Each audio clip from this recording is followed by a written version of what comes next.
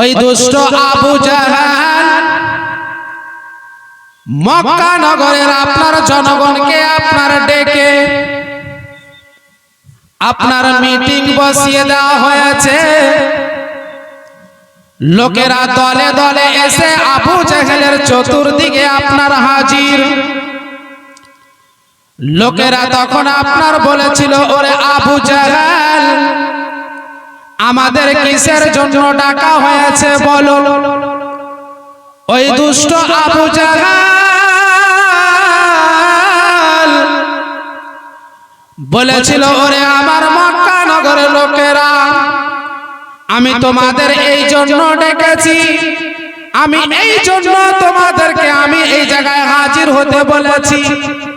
ওই যে মোহাম্মদ বিন আব্দুল্লাহ, আব্দুল্লাহর বেটা মোহাম্মদ আমাদের পূর্বে পুরুষের ধর্মকে নিস্মার করে দিল, এক আল্লাহর ইবাদত বান্দেগি করতে বলে, নিজেকে নবী দাবি করে, আমি এই জন্য তোমাদের ডেকেছি। আবু জাহেল তখন আপনার বলেছিল, শুনো শুনো, আমি তোমাদের এই জন্য ডেকেছি, কি কাজটা করলে ওই মোহাম্মদকে এই পৃথিবীর বুক থেকে বিদায় করা যাবে। কি করতে গেলে ইসলাম ধর্মটা যেন প্রচার করতে না পারে, এরকম একটা ব্যবস্থা করতে হবে।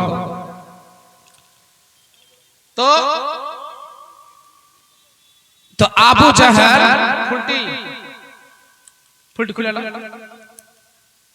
তো ওই আবু জাহেল বলছে, শুনো, মিটিং ডেকেছি, তাহলে আমার বিনা অনুমতি ছাড়া তোমরা কোনো কথা বলবে না। যেরকম একটা মিটিং হয় কি হয় না, তো মিটিং এ আবু জাহেল হচ্ছে সভাপতি, আমার বিনা অনুমতি ছাড়া কোনো কথা হবে না। এক যুবক দাঁড়িয়ে বলতে লাগিল, ওরে আবু জাহেল, আমি কিছু বলতে চাই। আবু জাহেল বলে, কি বলবে বলো বলো। ওই যুবক তখন আপনার বলেছিল, ওরে আবু জাহেল, আমি এই জন্য দাঁড়িয়ে পড়লাম, ওই মোহাম্মদ বিন আব্দুল্লাহকে একটা ছোট্ট ঘরের মধ্যে আপনার বন্ধ করে দিতে হবে, হালকা হালকা করে খাবার দিতে হবে। ওই হালকা হালকা করে খাবার খেতে খেতে দেখা যাবে যে একদিন ওই মোহাম্মদ দুনিয়ার বুক থেকে বিদায় নিয়ে নেবে, আমাদের ধর্মকে আর ভালো মন্দ বলতে পারবে না। আবু জাহেল বলে, বসো। আর এক যুবক দাঁড়িয়ে গেল, বলল, ওগো মক্কা নগরের সরদার, ওগো আবু জাহেল, আমার একটা মনের মধ্যে কথা আছে। বলছে, কি কথা আছে বলো বলো। ওই মোহাম্মদ বিন আব্দুল্লাহকে এই দেশ থেকে মেরে ধরে আপনার তাড়িয়ে দিতে হবে। ওই আবু জাহেল বলো, তুমিও বসে যাও। এবার তখন আবু জাহেল তখন জনগণকে লক্ষ্য করে বলল, ওরে আমার জনগণেরা, শুনো শুনো, এক এক করে 2 থেকে 3 জন আপনার বক্তব্য দিল, আমি একটা কথা বলি, শুনো শুনো।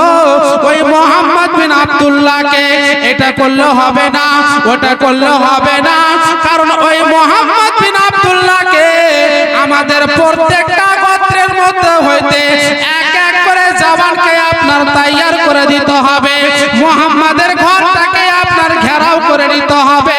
যখন মোহাম্মদ ঘর থেকে বেরিয়ে আসবে, তাকে একসঙ্গে তলোয়ার দিয়ে আঘাত করে দেবে। তাহলে দেখা যাবে ওই মুহাম্মাদের বংশধর কুরাইশ খানদানের লোক আপনার প্রতিশোধ নিতে পারবে না। সেটাই করা হলো। মক্কা নগরের যুবক যুবক লোককে, শক্তিশালী লোকদেরকে আপনার হাতের মধ্যে ধারানো অস্ত্র দিয়ে দেওয়া হলো। আমার নবী মুস্তাফা ঘরের মধ্যে আপনার শুয়ে আছে। দুষ্ট আবু জাহেল বুদ্ধি করেছে আমার নবী মুস্তাফাকে পৃথিবীর বুক থেকে বিদায় করে দেওয়ার জন্য। চতুর্দিক থেকে লোকেরা হাতের মধ্যে ধারানো অস্ত্র নিয়ে দাঁড়িয়ে আছে।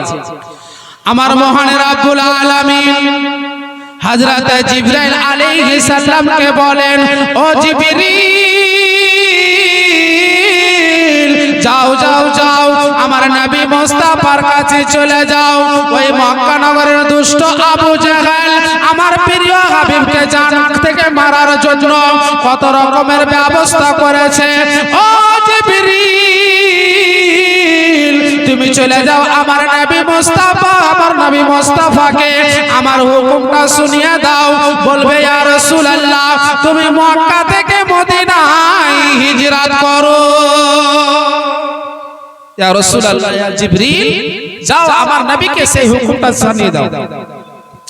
হযরত জিবরাইল আলাইহিস সালাম আমার নবী মুস্তাফার কাছে এসে হাজির। আসসালাতু ওয়াসসালামু আলাইকা ইয়া রাসূলুল্লাহ, আসসালাতু ওয়াসসালামু আলাইকা ইয়া হাবিবাল্লাহ। আমার নবী বলছেন জিবরিল কি খবর বলো বলো। হযরত জিবরিল বলছেন ইয়া রাসূলুল্লাহ ইয়া হাবিবাল্লাহ নবী গো, এই দুষ্ট আবু জেহেলের লোকেরা আপনাকে মারার জন্য চতুর্দিক থেকে আপনার অস্ত্র নিয়ে দাঁড়িয়ে আছে গো নবী। ইয়া রাসূলুল্লাহ ইয়া হাবিবাল্লাহ নবী গো, আপনি এই জায়গা থেকে মদিনায় আপনার হিজরত করুন গো নবী। আমার নবী বলছেন ও জিবরিল এই মক্কা নগরের লোকেরা আমাকে অনেক ধন সম্পত্তি রাখার জন্য দিয়েছেন, অমুক অমুক জনা জনা আপনার ধন সম্পত্তি দিয়েছে। ও জিবরিল তাদেরকে তা দিয়ে দিই, তাদের জিনিসটা তাদেরকে আমি বুঝাইয়া দিই। হযরতে জিবরিল বলছেন ইয়া রাসূলুল্লাহ ইয়া হাবিবাল্লাহ নবী গো, আল্লাহর হুকুম নবী আপনি এখনই মদিনায় হিজরত করুন। আমার দয়ার নবী মুস্তাফা হযরতে মাওলা আলীকে ডাক দিলেন, ও আলী আমার কাবলিওয়ালা চাদরখানা পরিধান করে এই বিছানায় তুমি ঘুমিয়ে যাও। এই দুষ্ট লোকেরা আমাকে মারার জন্য চতুর্দিকে অস্ত্র নিয়ে দাঁড়িয়ে আছে রে আলী। আমি নবী তোমাকে বলে দিলাম অমুক অমুক জনের আপনার আমানত রাখা হয়েছে, তাদেরকে দিয়ে ও আলী তুমিও মদিনায় চলে আসবে। আলী অমুক অমুক জনা আমাকে এইগুলো জিনিস রাখার জন্য দিয়েছে, কারণ নবীকে মক্কা নগরের লোকেরা আল আমিন বলতো, সত্যবাদী বলতো, বিশ্বাস করত। কিন্তু অশান্তি কোথায়? ইসলাম প্রচার করা থেকে অশান্তি, ইসলাম প্রচার করা থেকে অশান্তি। কিন্তু মক্কা নগরের লোকেরা নবীকে বিশ্বাস করত, আল আমিন নাম দিয়েছিল, সত্যবাদী। মুহাম্মদ মিথ্যা কথা বলেন। কিন্তু যখন থেকে আমার নবী ইসলাম প্রচার করতে লাগলেন মক্কা নগরের লোকেরা খারাপ হয়ে গেল। হে আমার ইসলাম দরদি বেরাদার মা বোনেরা আমার, একটু লক্ষ্য করে শুনবেন রে মা। আমার দয়ার নবী মুস্তাফা সাল্লাল্লাহু তাআলা আলাইহি ওয়াসাল্লাম এবার আপনার কি করিল? হযরতে জিবরাইল আলাইহিস সালামের কথা শোনার পরে হযরতে মাওলা আলীকে বললেন, ও আলী এই বিছানায় তুমি ঘুমিয়ে যাও, আমার কামলিওয়ালা চাদরখানা পরিধান করে ঘুমিয়ে যাও।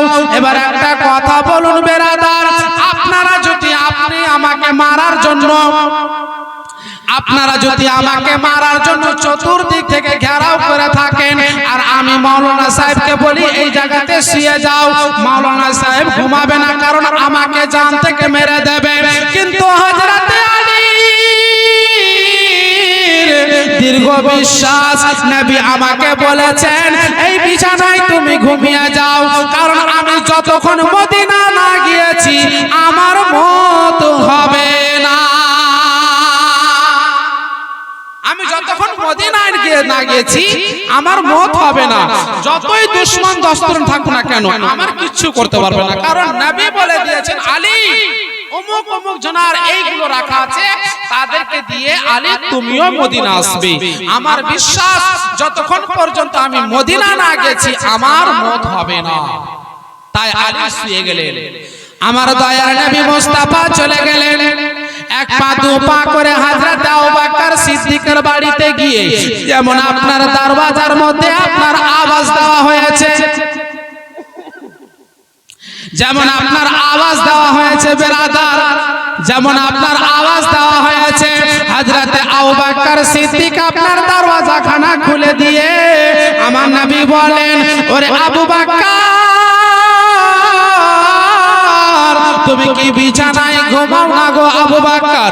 হযরত আবু বকর সিদ্দিক বলছেন ইয়া রাসূলুল্লাহ, ইয়া হাবিবাল্লাহ নবী গো, যেদিন আপনি আমায় বলেছিলেন ওরে আবু বকর মক্কা থেকে মদিনায় হিজরত করতে হবে, ওরে আবু বকর আমার সঙ্গে তুমি হবে, ইয়া রাসূলুল্লাহ সেদিন থেকে আমি ঘুমাই না গো নবী। ইয়া রাসূলুল্লাহ এই জন্য ঘুমাই না, আপনি কখন আসবেন, কোন টাইমে আসবেন, আমি ঘুমিয়ে থাকবো, আপনি আমায় উঠাবেন, আমার উঠতে